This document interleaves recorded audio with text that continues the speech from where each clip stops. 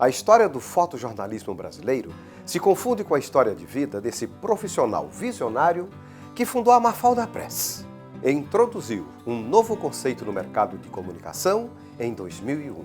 Antônio Carlos Mafalda, ou simplesmente Mafalda, é o nosso case de sucesso no programa de hoje.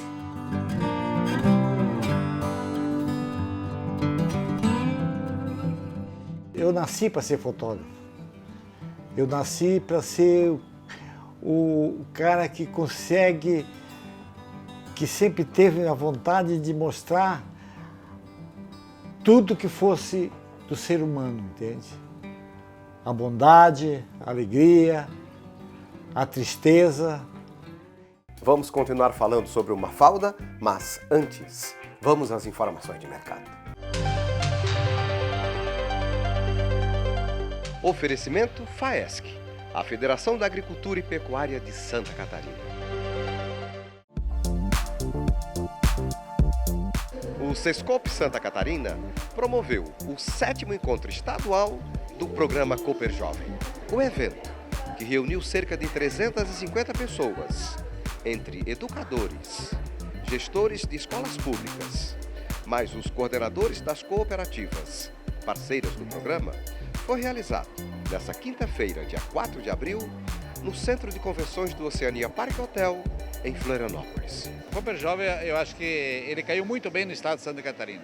Para nós, ele significa bastante, para nós do cooperativismo catarinense, porque a gente percebe que, através dessa educação do jovem no cooperativismo, por isso que Santa Catarina é destaque hoje no cooperativismo a nível nacional. Hoje é o 7º encontro dos coordenadores, dos educadores, que são eles que fazem acontecer lá nas bases. Mas o Cooper Jovem tem 18 anos já que iniciou seu trabalho.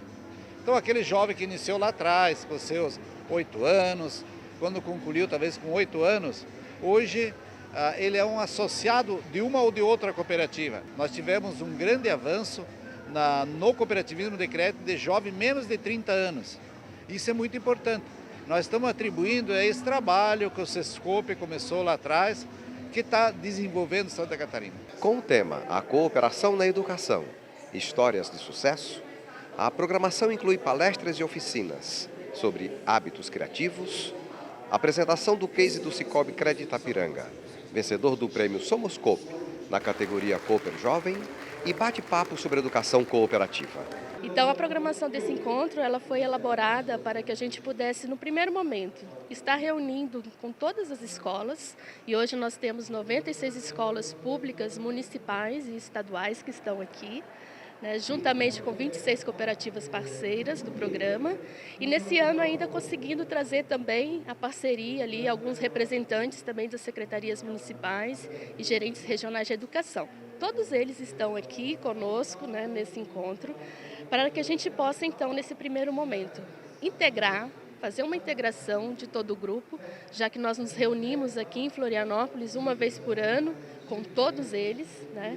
E aí nós vamos agora reforçar, né, toda aquela prática que é vivenciada lá nas escolas através da cultura da cooperação. Estamos aqui num momento de alegria, né?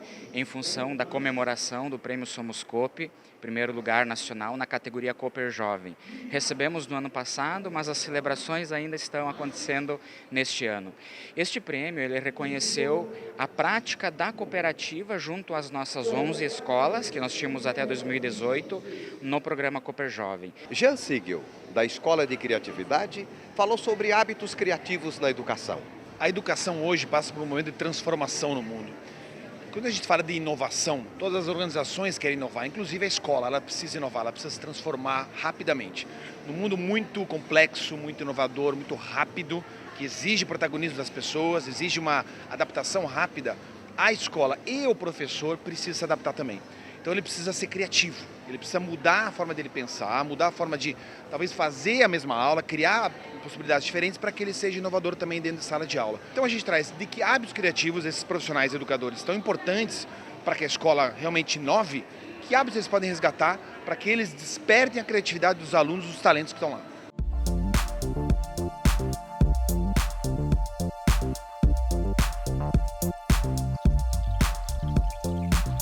conviver com pessoas que têm na veia cooperação, como está acontecendo aqui agora, é mágico, né? Nesse mundo tão individualista, a gente precisa disso. E a educação, mais do que nunca, né? Os pequenininhos ali, começando a cooperação, desde pequenininho, vai levando... Olha como o futuro vai ser melhor, né? Então, nós estamos, assim, apaixonados por tudo isso aqui e estar perto, próximo de pessoas que vivem a cooperação o tempo todo, isso é muito importante.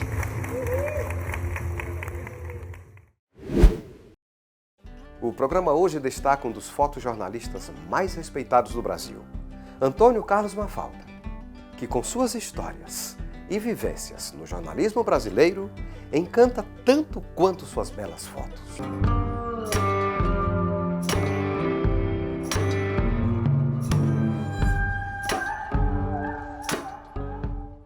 E em 1968 eu tive a oportunidade de trabalhar na Rede Globo com o Pau de Luz, em telenovelas.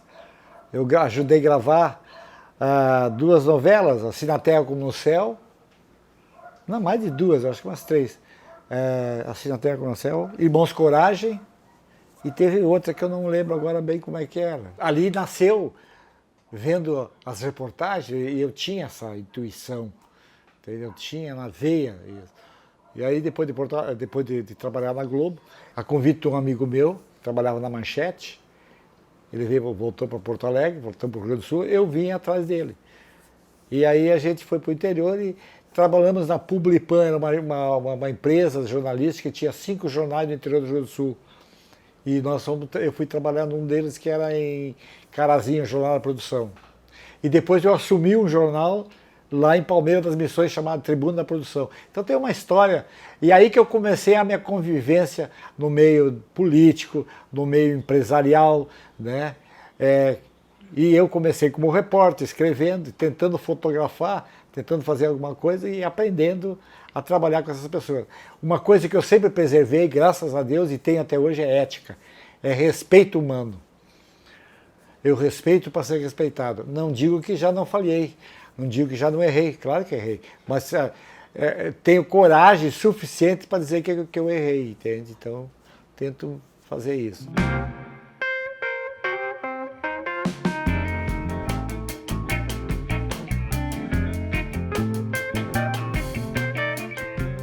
Em 1900 eu tive umas prisões aí, aconteceram no meio do caminho aí, política, por causa de reações do meu jornal, matérias publicadas, que teve uma reação do AI-5, cancelaram o jornal, então houve vários problemas.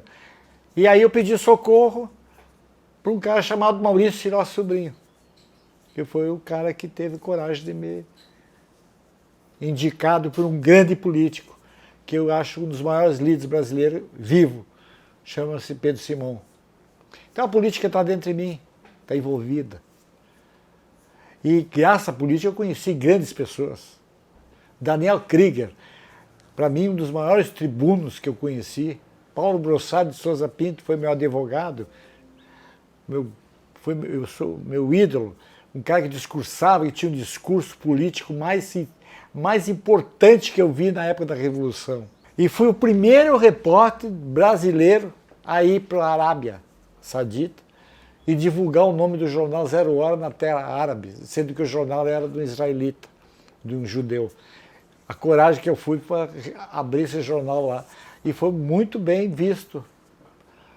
Eu não me lembro agora o nome do rei que recebeu a delegação na época, em 78, delegação brasileira. O técnico que eu me lembro era o Didi, e eu puxei o jornal Zero Hora que eu representava e dei para o rei lá. Foi um troço fantástico, assim. Foi uma realização muito grande minha. Eu dormia no plantão, no Telex, onde era um ambiente mais quentinho dentro da Zero Hora. Eu dormia ali. E aí, aquele barulhinho, tec, tec, tec, tec, tec, tec, tec, tu acostuma com aquilo. Mas com a sinetinha, quando era uma matéria, chamava-se uma matéria urgente, a sinetinha ficava batendo. E a sinetinha começou a bater, pec, pec, pec, pec, pec, pec, pec, pec, pec, pec, pec, pec, pec, pec, pec. E aí eu fui lá ver o que estava acontecendo com a... E li Bodaberg, que é do Bodaberg, que é Bodaberg cai do governo. Aí liguei imediatamente para um grande companheiro que já nos deixou, o Lir Zavascki. Foi um cara que me deu muito conhecimento. Cara que tinha na época um conhecimento global, político. Então eu aprendi muito com o Lir, e o Lir foi meu companheiro. E o Lir disse assim, então pede para os caras parar, fala com o Lauro Schirmer, que era o editor na época, e pede para parar as máquinas que nós vamos trocar a capa. Aí eu digo, mas eu vou fazendo a capa, e eu fiz. Rasguei o telegrama e grudamos lá, os caras fizeram. Aí cheguei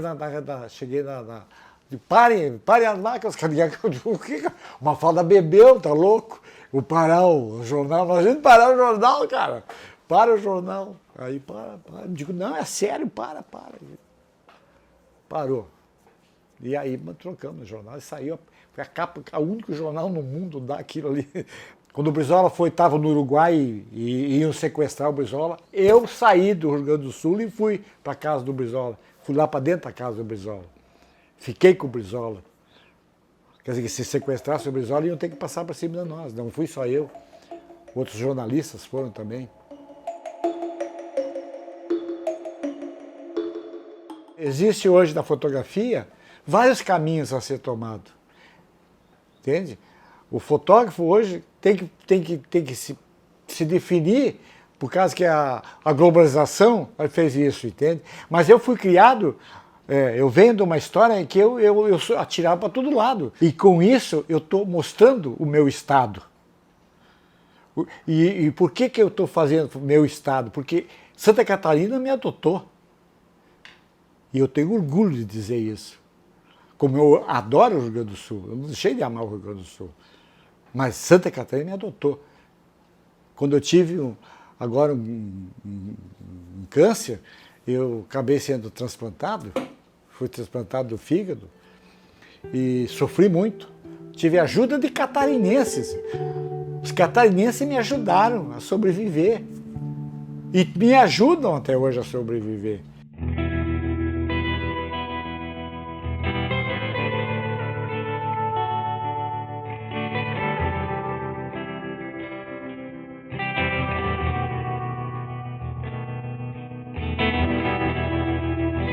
Quando aconteceu o acidente da Chapecoense, eu fui acordado com a notícia que tinha se perdido o avião, não sei o que eu... Foi a primeira informação que eu tive, aí não sabia qual era o avião, aí deu a notícia que eu peguei. Um avião acho que é da Chapecoense. Quando deu essa notícia da Chapecoense, eu levantei e me arrumei. Olha a intuição que eu tive. Quando soube, confirmaram, eu liguei para um amigo meu, um fotógrafo, para me acompanhar e eu fui para Chapecó. A partir daquele momento em que o mundo começou a saber, sabe o lugar que mais foi chamado, queira ou não queira, tem que engolir, como dizia o Zagallo? Foi nós, porque nós tínhamos a história do Chapecoense. Agência Mafalda Preta. No início a gente ficou... De repente eu liguei para a Jana, liguei para o pessoal e disse assim, liberem tudo que vocês tiverem. Não interessa valor, não interessa nada. Não ia ser uma desgraça dos meus amigos jogadores de futebol, que eu adorava, sou apaixonado por futebol. Porra, o que eu ia querer? Aquele momento. É tão verdade isso, que eu fui para Chapecó e foi muito difícil para mim. Que na hora do enterro, na hora que eu consegui chegar acompanhando os caminhões que traziam os jogadores, até a entrada do estádio. E quando eu entrei no estádio, eu não consegui andar. O choque de ver aquela multidão esperando, eu entrei no portão, olhei e desabei.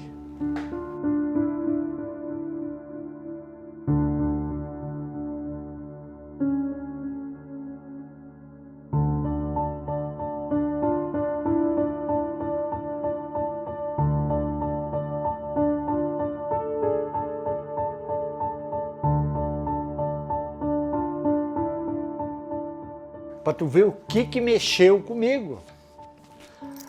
A fotografia mexeu, a fotografia que eu fiz, as amizades que a fotografia me trouxe, o carinho que eu tenho das torcidas, é a fotografia que me trouxe. Então a fotografia, porra, é uma vida toda dedicada a ela, porque ela faz isso, ela comunica ao mundo. A imagem, com todo o respeito, é a imagem. Isso aí por telefone tu faz, agora, uma imagem não. Me desculpe. E outra, apertador de botão é uma coisa e fotógrafo é outra. Repórter fotográfico também é outro. Por favor, vamos respeitar os caras.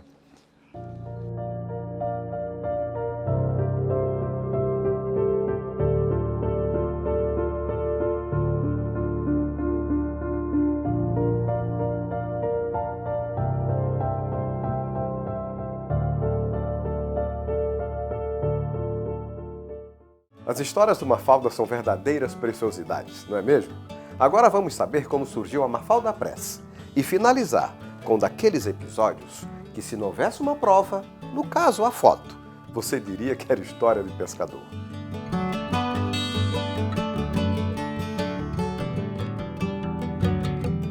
Quando eu comecei a viajar com a Zero Hora, eu via sempre em países como França, Itália, Inglaterra, sempre o pessoal de agência eu ia especular, né? Como é que não é. E um dia o editor da AFP, que era italiano, chegou para mim e disse: por que tu não, quando tu não vai ser eternamente fotógrafo de jornal? Ele disse para mim. Tu tem que trabalhar numa agência, porque tu tem o estilo, tu é um típico fotógrafo de agência, que tem que estar voando em tudo que é lugar, voando para tudo que é lugar. Por que tu não monta a tua agência? E isso ficou. E aí, quando eu vim para cá, eu senti que a coisa aqui não ia ser... Porque o final está sendo muito triste aqui em Santa Catarina, em termos de imprensa impressa, entendeu? Tá ficando meio xarope. Então, aí que veio a ideia. Comecei a fazer e comecei a... Como eu tinha um nome conhecido em São Paulo, Folha de São Paulo, eu trabalhei na Folha de São Paulo, trabalhei como freelancer para o estado de São Paulo, trabalhei na Veja, trabalhei no Placar, trabalhei na Final, eu trabalhei nas grandes revistas, trabalhei como freelancer do Globo. Então, eu sou bem conhecido, né, me deu um conhecimento. Então, eu ligava para os caras: eu tenho foto aí, vocês querem comprar? No início eu vendia foto a R$5, né? Nem isso, eu acho. Hoje também tá por aí, não dá para pensar.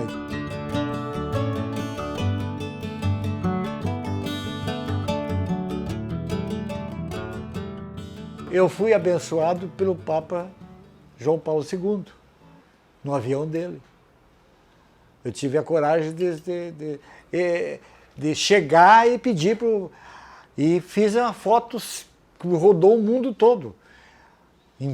Quando ele chegava no Rio Grande do Sul, eu já estava acompanhando ele, desde a Itália, tudo, né? Então, quando chegou no Rio Grande do Sul, não, da Itália foi a outra viagem. A primeira, quando ele chegou no Rio Grande do Sul, eu já estava no avião, tudo, aquele negócio. Ele veio e eu peguei um chapéu de gaúcho e gritei para ele: Papa, chapéu! E o Papa pegou e botou o chapéu. Essa foto ficou mundialmente famosa, né? Se tornou uma grande foto do mundo todo. O Papa é gaúcho, né? Cantou aquela música, teve aquela música. Uxo, uxo, o Papa é gaúcho, né? E eu fiquei muito feliz. Quando à noite, chegou uma noite que eu fui, no Dom Vicente Scherer, era o arcebispo de Porto Alegre, me conhecia, e eu disse para ele que eu queria mostrar a Zero Hora com a foto da capa, né? Não lembro se era a Zero Hora que tinha dado na capa ou não, mas eu acho que era, para o Papa. E ele fez aí. Então, essas coisas que a fotografia faz, né, cara? Os momentos. Então, esses são grandes momentos.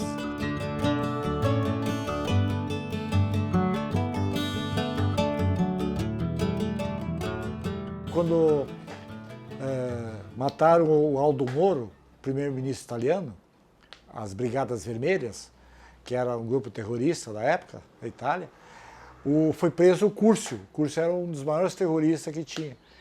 E foi preso em Roma e transferido para Turim. E me deu um estalo, eu vou lá fotografar esse cara. Só que o mundo todo queria fotografar esse cara. Não era só o Mafalda. Mas o Mafalda foi. Fui dormir num jornal que tinha lá grande, Correio de la Sierra, parece, não me lembro o nome do jornal agora. Eu dormi na porta ali, o cara abriu a porta, eu estava ali, ele me trouxe para dentro do jornal.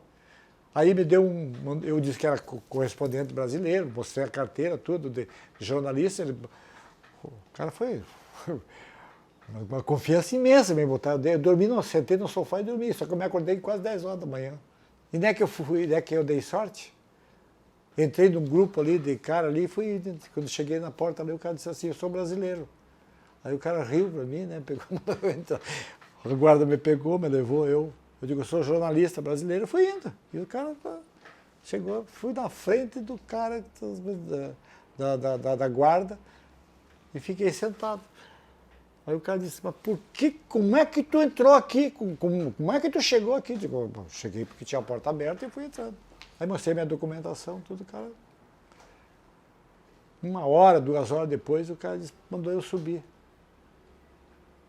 Me examinaram em tudo que foi lugar, ver se eu não tinha alguma coisa. Fui examinado de cima a baixo, radiografia, tudo. Aí deixaram eu subir com uma máquina fotográfica. E para ser verdade, eu tinha que... como é que eu vou contar essa história se eu não tenho a foto de eu lá dentro? Sabe o que eu fiz? Peguei um juiz de toga, chamei ele e digo, fotografa eu aqui com o Curcio. E o cara veio e me fotografou. Eu estou na foto. Eu tenho foto com os caras. Quando eu saí, imagina, o mundo todo queria essas fotos, né?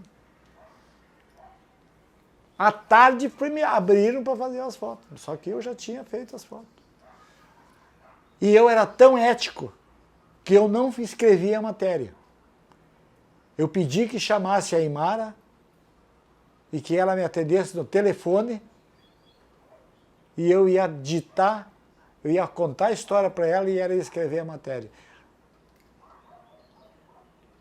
Essa matéria foi capa, foi tudo, deu 10 páginas, acho de 0 horas só. E Globo, e New York Times, tudo, todo mundo pegou. Porque o jornal, esse jornal lá, que eu estava, se eu não me lembro se era o Correio de la Sierra, pegou as fotos e usou o material e eu digo, podem vender, distribuir, fazer o que vocês quiserem. Porque o cara tinha me dado a cobertura de eu estar lá. De noite peguei o trem e voltei para Milão. Não falei que era incrível? Assim como tantas outras histórias que o Mafalda teria para contar. Mas o programa de hoje termina aqui. Se você deseja mais informações, acesse o site estadodeexcelência.com.br. A gente se vê na próxima semana em mais um caso de excelência. Um grande abraço e até lá!